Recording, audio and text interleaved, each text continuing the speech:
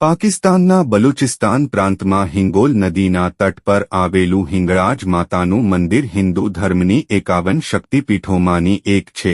પૌરાણિક કથા અનુસાર જ્યારે ભગવાન શિવ માતા સતીના પાર્થિવ શરીરને લઈને ત્રિલોક ભ્રમણ કરી રહ્યા હતા ત્યારે સતીનું માથું બ્રહ્મરંધ્ર અહીં પડ્યું હતું. આ મંદિરનો ઇતિહાસ અને મહત્વ નીચે મુજબ છે. સ્થાન: તે પાકિસ્તાનના બલુચિસ્તાન પ્રાંતના લ્યારી તાલુકા તહસીલ માં હિંગોલ નેશનલ પાર્કની મધ્યમાં પહાડી ગુફામાં આવેલું છે.